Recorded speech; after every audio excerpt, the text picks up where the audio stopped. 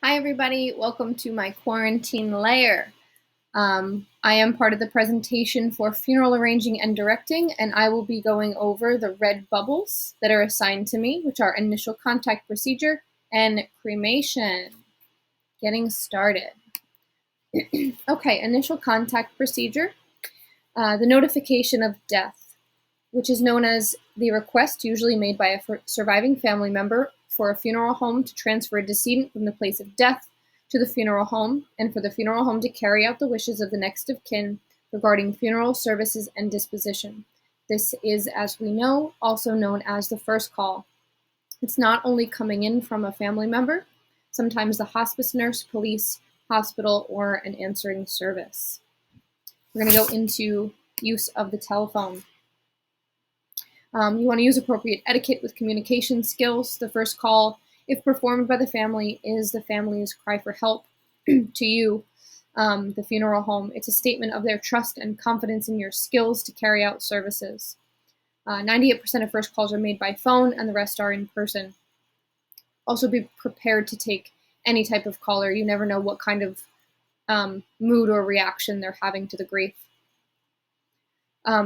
Your salutation is an expression of greeting, goodwill, or courtesy by word, gesture, or ceremony. In this case, it's either going to be by word, whether it's over the phone or in person.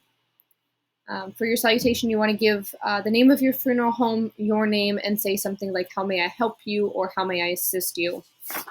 Avoid saying good morning or good evening. So altogether, it would sound something along the lines of, I'll just use my name as an example. Yekel Funeral Home, this is Amanda. How may I assist you today? You want to sound sympathetic in your tone of voice, yet professional, not overly sad, forlorn, or cheerful.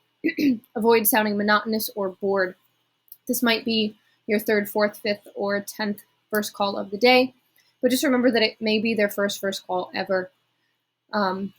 Just be sensitive to the person you're interacting with. You want the speed of your questions and pronunciation to be a little bit slower than normal. They could be all up in the air. They don't understand what you're saying. They don't understand the questions you're asking.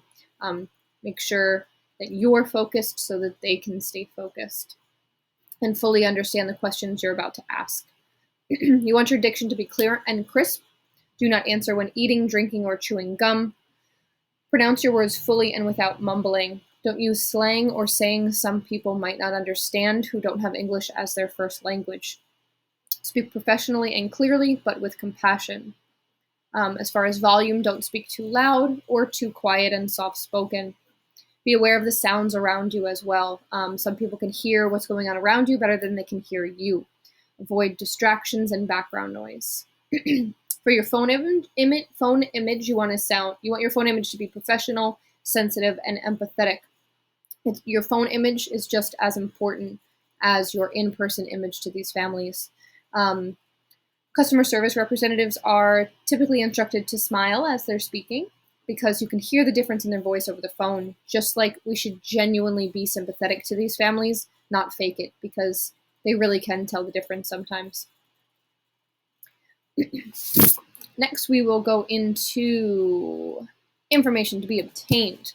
So on your first call, there's a lot of information you need to gather from the family, and you need to make sure that it is accurate information. You need the name of the deceased, first, middle, and last, the location, whether it's at a residence, hospice, outpatient facility, inpatient facility, coroner's office. You also need to know where in that building they are. The decedent may be 300 pounds and on the third floor, or wedged between the toilet and the tub.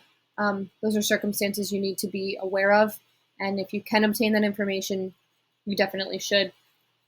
You also want to get the name and relationship of the person calling, as well as their phone number, and ask if they are the next of kin. Also take down the date and time of their call. If the caller is not a family member, treat them with the same amount of respect as you would if it was a family member. Especially if it is another funeral home. Have interprofessional courtesy. This isn't a competition. We're all in the same game. Next, you want to get the name of the attending physician who's going to sign the death certificate. Some death certificate and physician Things to note are, of course, that they have 15 hours to sign the death certificate, and there had to have been a physician in attendance in the last 20 days, or else make sure the medical examiner or police have been notified. Make sure you get the age of the decedent as well to avoid misunderstanding. The book references a woman who made a first call and said, "My baby died." And the removal representative showed up prepared to remove a baby, but they were met with a mother who simply referred to her son as her baby.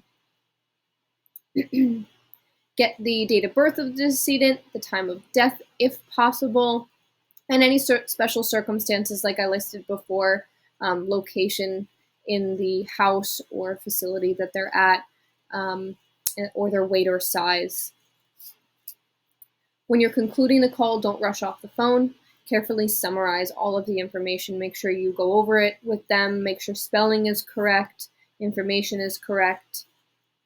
And if you have the opportunity to inform the caller about the arrangement at that time, and you can schedule an appointment, to see if you can mention to them some things they might want to bring, photos, military paperwork, social security number, cemetery deed, and anything that they feel is necessary.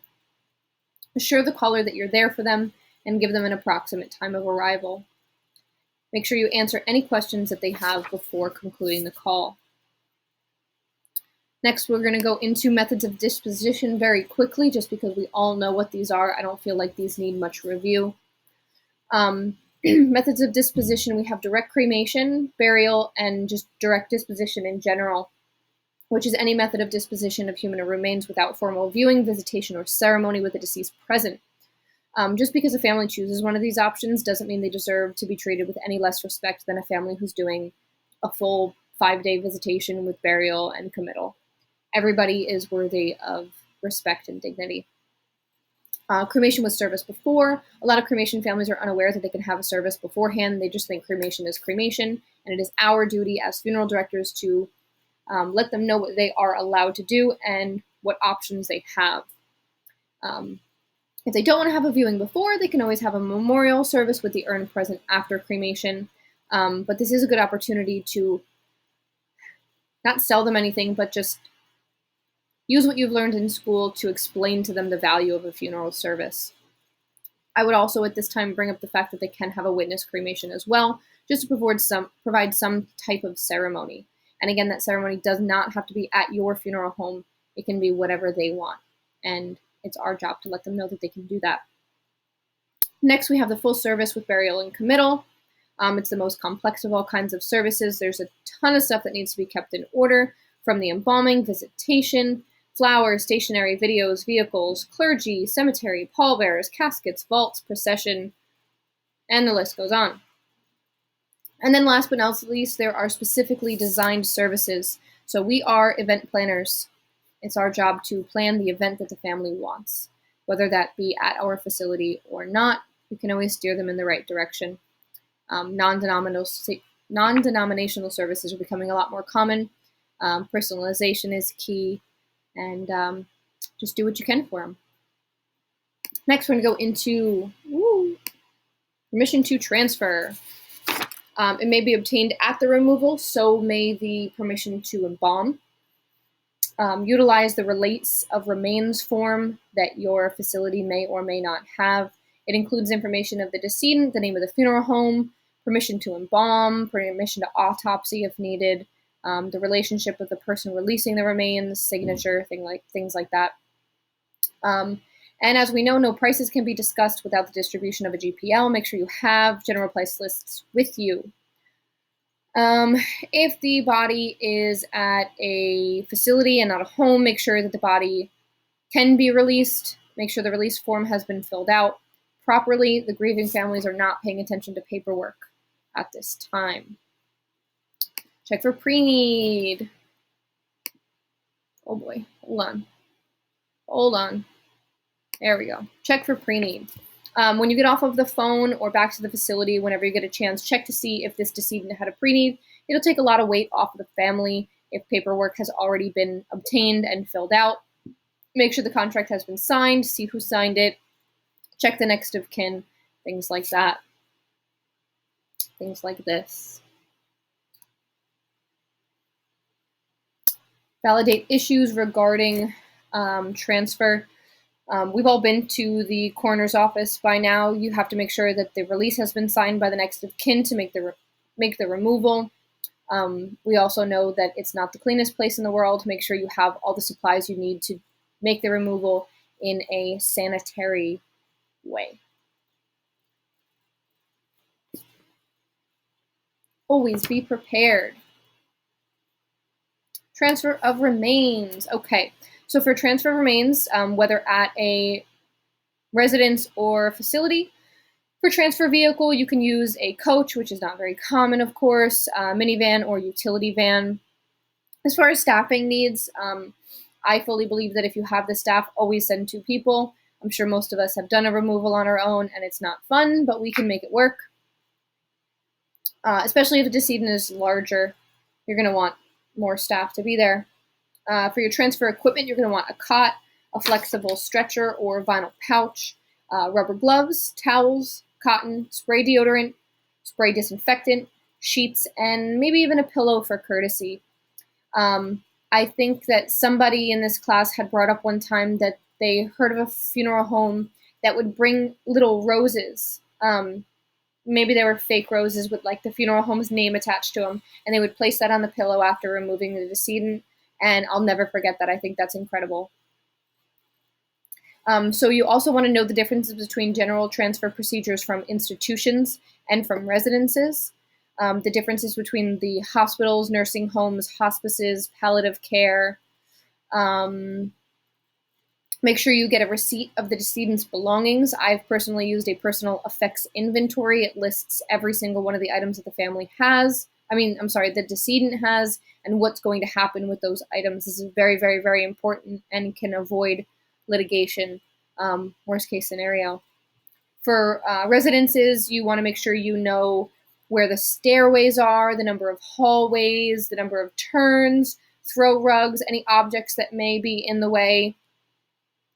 And make sure you do a walkthrough of the home before actually bringing the cot. Knock on the door, just you, the other person you're with, if there is anyone there, and explain everything, walk through the house, and then go get the cot and do the removal so that you can be fully prepared for the situation. And last but not least, we are going to counsel the family. So on your way out the door, you don't want to just take their loved one and leave. Go over things with them if they have any questions. Obtain permission to embalm if you can. Go over methods of disposition and see if they already know what they want to do. Go over the GPL presentation if you have to, if they do discuss any prices. And then if you get the opportunity to go over the arrangement, you may have been the person to take the first call and make the removal and do the arrangement and be the service director. Or you might just have all of this information at your disposal. So if you do get the opportunity to discuss the arrangement conference with them, make the appointment, make sure you get all the information you need, and give them the information that they need as far as what to bring. And just like on the first call, do not rush them off of the phone in any way, and answer any questions that they have before you leave. They're trusting you, they're trusting your funeral home, and you want to make sure that there's a reason that they have confidence in you. And now I'll pass it along to the next person. Thank you.